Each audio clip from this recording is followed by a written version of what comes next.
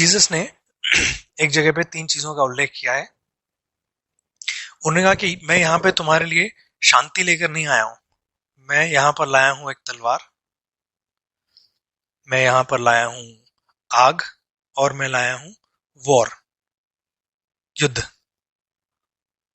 तलवार से उनका क्या तात्पर्य है? तलवार से उनका तात्पर्य है कि हम 2 चीजों के बने हुए हैं। हम बने हुए हैं कॉन्शियसनेस के, चेतना के, और हम बने हुए हैं शरीर के। तो उनका कहना है कि इन 2 चीजों को अलग अलग करके, पृथक पृथक करके देखना सीखना होगा।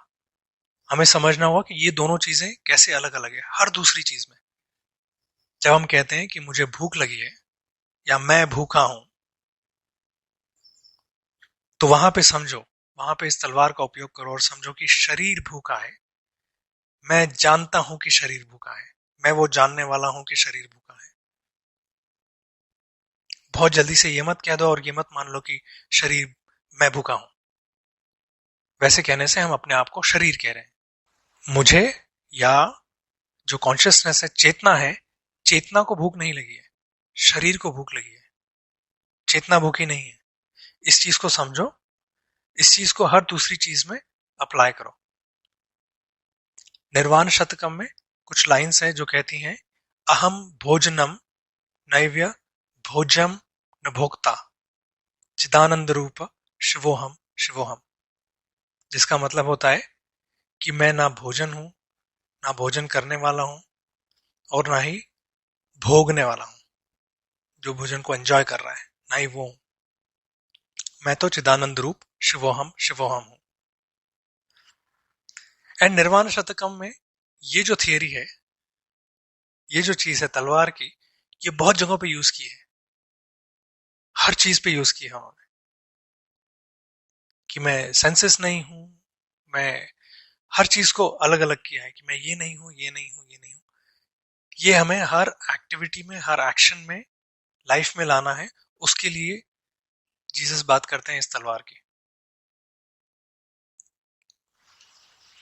कि हर चीज में इसको देखो। एक कहानी है पंचतंत्र में।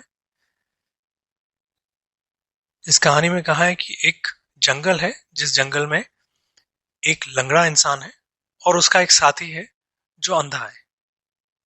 ये दोनों जंगल में बैठे हुए हैं। किसी कारणवश जंगल में आग लग जाती है और वो आग जल्द ही इनके पास पहुंच जाएगी। अब इससे पहले कि आग इनके पास पहुंचे, इन्हें भागना है। लेकिन एक लंगड़ा है जो भाग नहीं सकता, दूसरा है जो भाग सकता है लेकिन देख नहीं सकता। वो गलत दिशा में भागे तो जल जाए, आग के करीब चला जाए।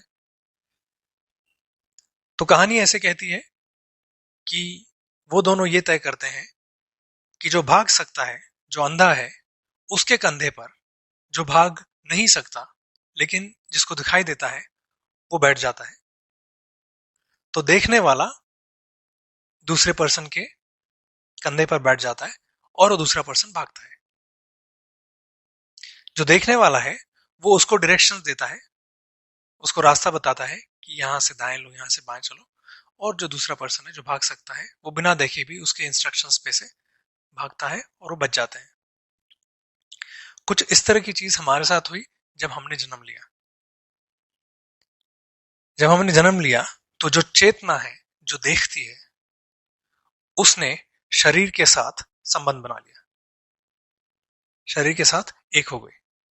जिस शरीर को कुछ दिखाई नहीं देता, जो शरीर निर्जीव है, जो मृत है, उसमें चेतना आई और उसमें जान फूंकी। अब बिना चेतना के शरीर हिल नहीं सकता,